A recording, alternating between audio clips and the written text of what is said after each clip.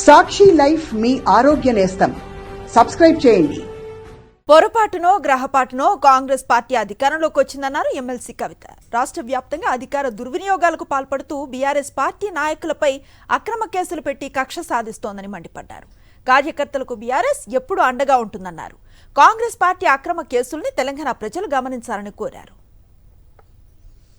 అభివృద్ధిని పక్కకు పెట్టి, ఇచ్చిన హామీలను పక్కకు పెట్టి, అలవిగాని వాగ్దానాలు చేసి పొరపాటును మన తెలంగాణ ప్రజల గ్రహపాటును అధికారంలోకి వచ్చి అదే అధికారాన్ని దుర్వినియోగం చేస్తూ ఇవాళ బీఆర్ఎస్ పార్టీ నాయకులు కార్యకర్తలు వెంటబడేటటువంటి ప్రయత్నం కాంగ్రెస్ పార్టీ చేస్తూ ఉన్నది.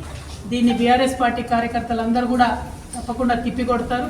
కార్యకర్తలకు అండగా పార్టీ ఉంటుందని ఒక ఇంపార్టెంట్ విషయాన్ని ఇవాళ జగిత్యాల జిల్లా ప్రజలందరూ కూడా తెలియజేయడానికి మా సర్పంచ్ గారు, హబ్సీపూర్ సర్పంచ్ గారిని ఎవరినైతే అక్రమంగా అరెస్ట్ చేసిండ్రో వారిని పరామర్శ చేయడానికి, వారితో ములాఖాత్ అవ్వడానికి ఇవాళ జగిత్యాల జైలుకి కూడా వెళ్ళబోతా ఉన్నాము.